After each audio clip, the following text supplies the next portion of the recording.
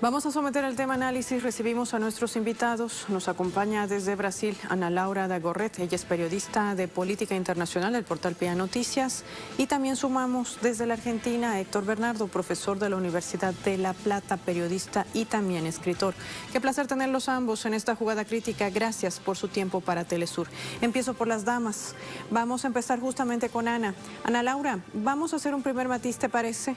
En torno a la situación, aprovechando que tú estás en el gigante suramericano, para poder entender por qué un país económicamente tan rico en recursos, que forma parte además de organismos multilaterales tan importantes, por tener justamente una economía tan solvente, llega a este punto. Una cifra que es absolutamente alarmante. 33 millones de ciudadanos no tienen qué comer cada día. ¿Qué pasa en el Brasil? ¿Y por qué se enfrenta a esta situación? ¿Cuáles son los factores que están predominando para que este efecto sea aún mayor cuando el año 2013 la Organización de Naciones Unidas había quitado del mapa del hambre justamente al Brasil? Bienvenida. Buenas tardes, Paola. Buenas tardes a toda la gente de Telesur. Sí, bueno, la verdad que lo primero que hay que decir en relación a la situación que vive Brasil es que esto se trata de un proyecto político que está siendo exitoso, ¿no? No hay que pensar que la situación que vive el país es producto de equivocaciones, sino justamente de aciertos por parte del gobierno de Jair Bolsonaro, que se eligió con un discurso proarmamentista, en contra de los derechos de las mujeres y de las minorías, en contra también de todo lo que es la conquista que ha sido los años del Partido de los Trabajadores en el poder, y con un discurso también muy meritocrático. Esta situación que nosotros vivimos de aumento del desempleo, aumento del hambre, ¿no?, en consecuencia, y aumento también de una situación digamos, de abandono, ¿no?, del pueblo brasileño, tiene que ver justamente con una política que está siendo exitosa y que fue, la dijeron, una parte importante de los brasileños, digamos, engañados por un discurso en contra de la corrupción que claramente se demostró, digamos, de alguna manera bastante mentiroso, ¿no?, porque el propio Bolsonaro cuenta en su historial, no solo como diputado, sino actualmente como presidente, con varios escándalos de corrupción dentro de su gabinete.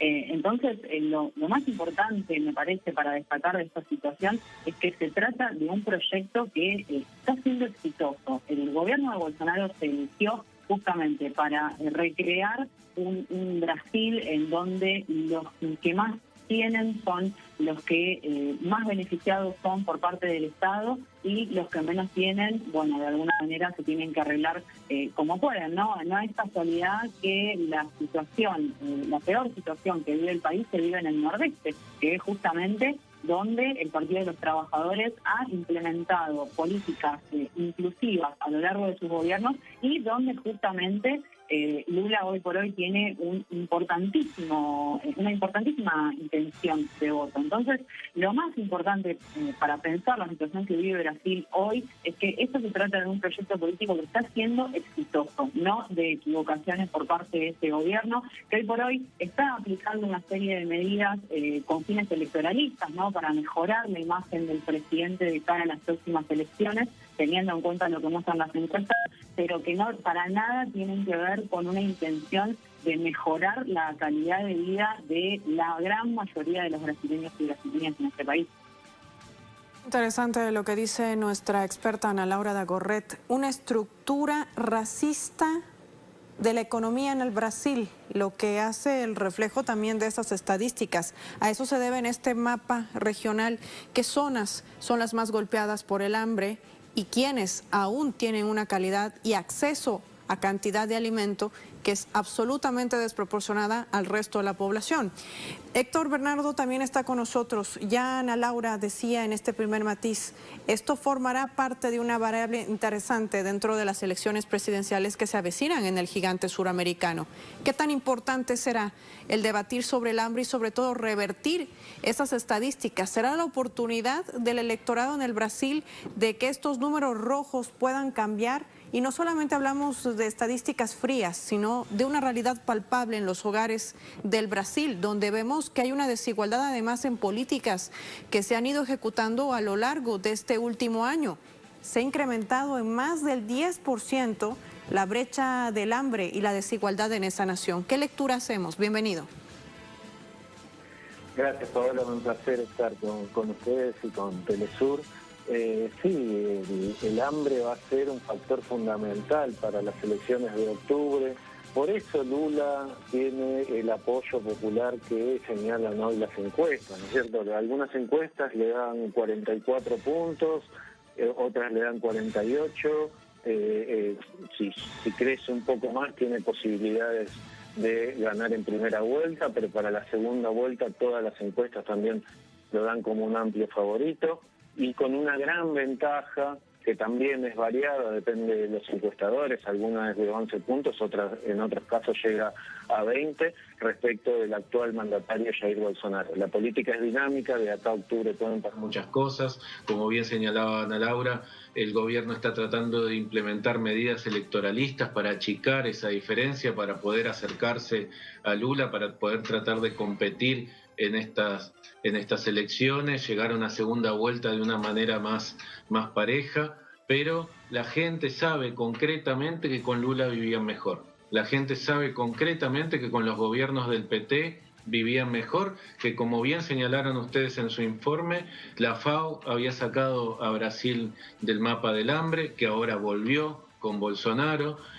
Durante los gobiernos del PT se habían generado 21 millones de puestos de trabajo.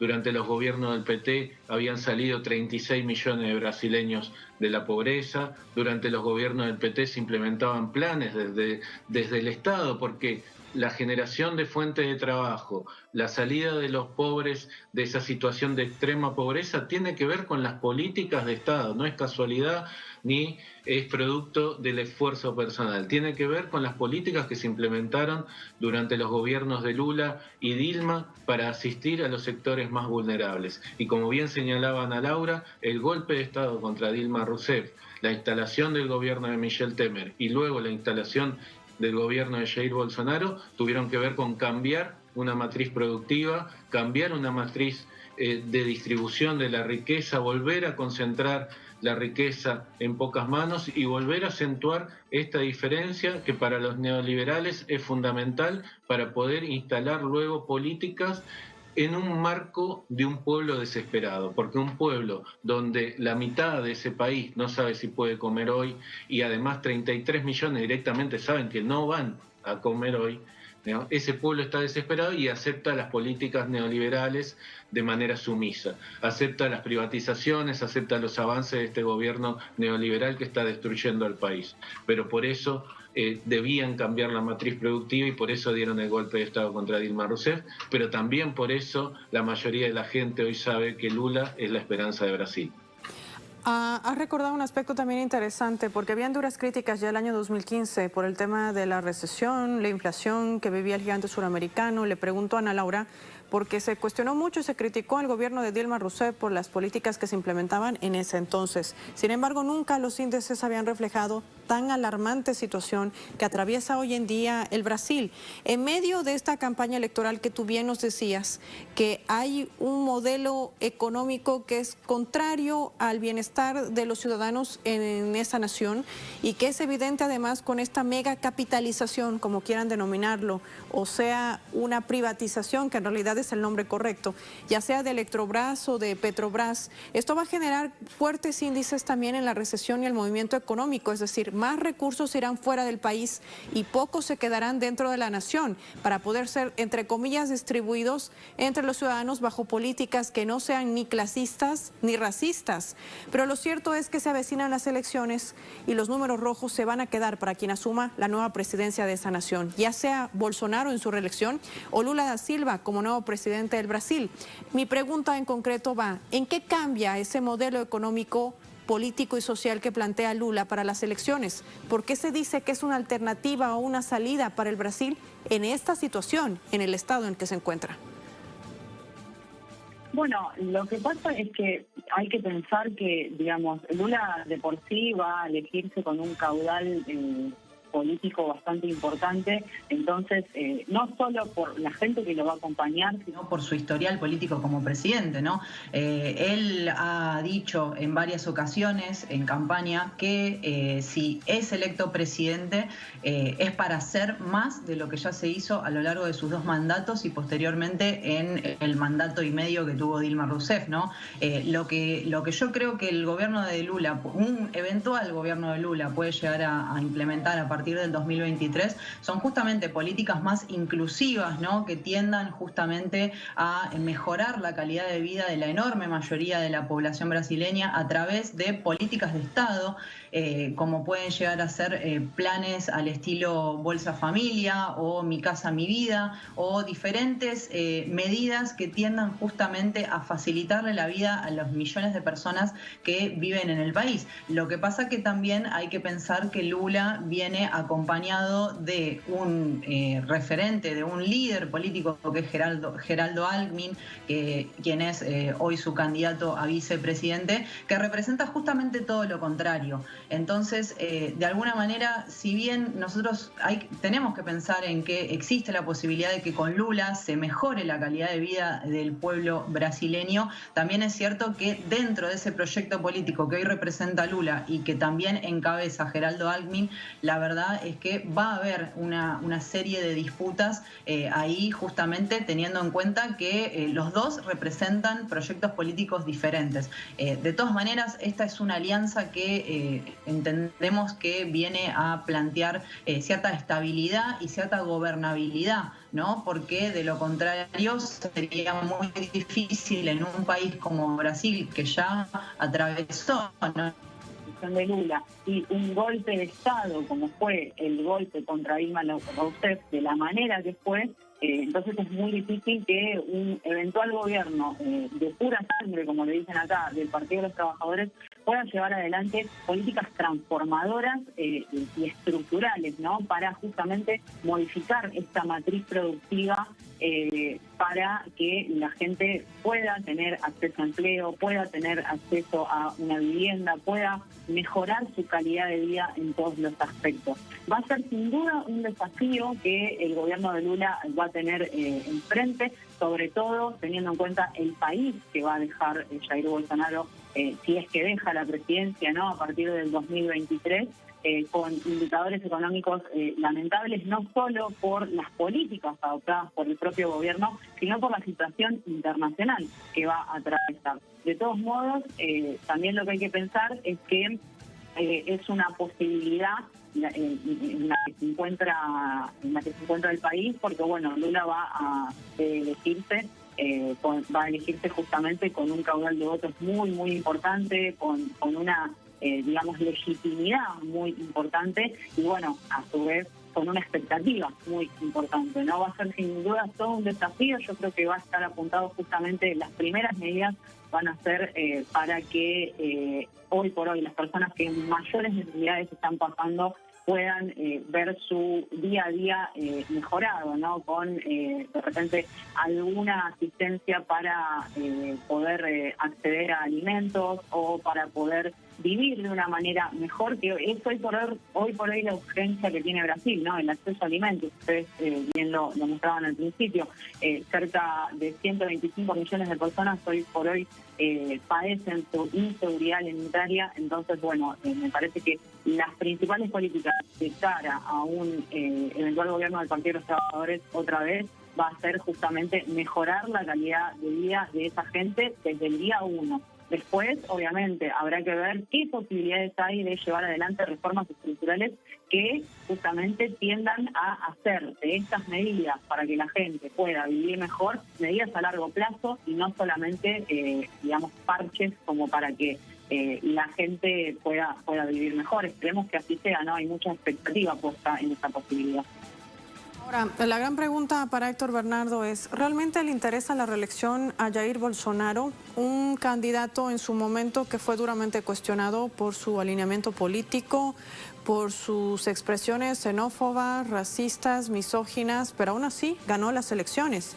Es presidente del Brasil y ha implementado políticas que han ido en detrimento de la calidad de vida de los ciudadanos, muy mermada en el último año, pero no solamente por los efectos del mal manejo de la pandemia, que además recordemos es un tema que sigue siendo investigado al interior del Senado de ese país. Pero más allá de esto, con una capitalización o privatización de grandes empresas, las más importantes, no solamente en el área de la electricidad, sino también del petróleo.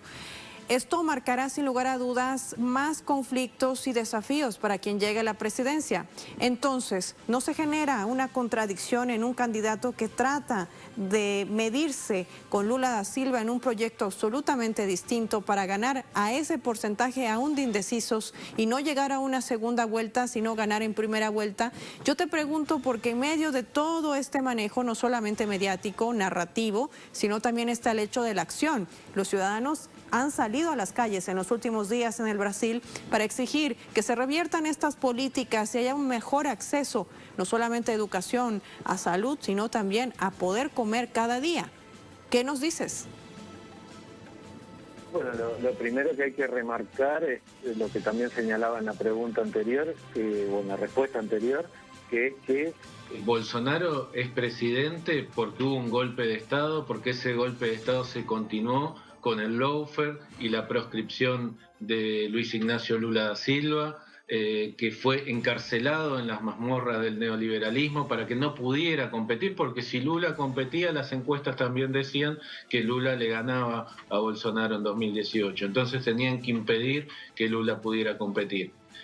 Bolsonaro ganó, empezó a aplicar todas estas políticas nefastas que muy bien describían ustedes, que muy bien describía la otra entrevistada, Ana Laura, y en la actualidad está arrasando con Brasil, está generando realmente, demoliendo al gigante sudamericano, demoliendo todo lo que se hizo durante los gobiernos del PT, pero el neoliberalismo nunca tiene suficiente, el neoliberalismo siempre va por más, siempre busca, digamos, la posibilidad de profundizar ese modelo, de generar más inequidad, de poder así extraer aún más los recursos de los sectores vulnerables para pasarlos a los sectores de mayor concentración económica. Entonces, Bolsonaro, por empezar, vemos que todo su discurso va en la misma línea de Donald Trump, de decir, yo gano y si no gano es porque hay fraude y no voy a reconocer el resultado. Entonces vemos que hay una fuerte campaña de Bolsonaro por tratar de deslegitimar el proceso electoral, porque sabe que las encuestas le están dando, como decía recién, las que más cerca le dan 11 puntos por debajo de Lula, entonces sabe que es muy complicado que pueda llegar a ser reelegido, pero está apostando a una continuidad, él y los sectores que representa, porque su ministro de Economía, Pablo Guedes, y aquellos sectores neoliberales que se están viendo beneficiados, aquellos sectores de empresas extranjeras que están aprovechando los recursos naturales de Brasil y pudiendo quedarse con las empresas estratégicas brasileñas como Electrobras y pudiendo explotar el petróleo brasileño, están apostando a que Bolsonaro sea reelecto. Pero esperemos que eso no sea así, porque un triunfo de Lula en Brasil sería clave no solo para Brasil, sino para toda América Latina, porque como dijo alguna vez Henry Kissinger, hacia donde gire Brasil, gira toda América Latina. Quiero agradecerte, Héctor Bernardo, y también a Ana Laura Dagorret por habernos acompañado en esta primera etapa de análisis, por su lectura geopolítica y sus impresiones que nos ayudan a entender qué realmente está en juego en el Brasil y a qué se enfrenta el gigante suramericano en los próximos meses. Les reiteramos a ustedes nuestra jugada estratégica. Recuerde que su opinión nos interesa. @PaolaPTelesur, @Jugada Crítica, 2 cuentas a su disposición. 33 millones de brasileños pasan hambre a diario. La inseguridad alimentaria se agrava. Les preguntamos, ¿será el hambre una variable central en la disputa por la presidencia de ese país? ¿Qué impacto geopolítico tendrá en la región? Al regreso, profundizamos el análisis. Aguárdenos.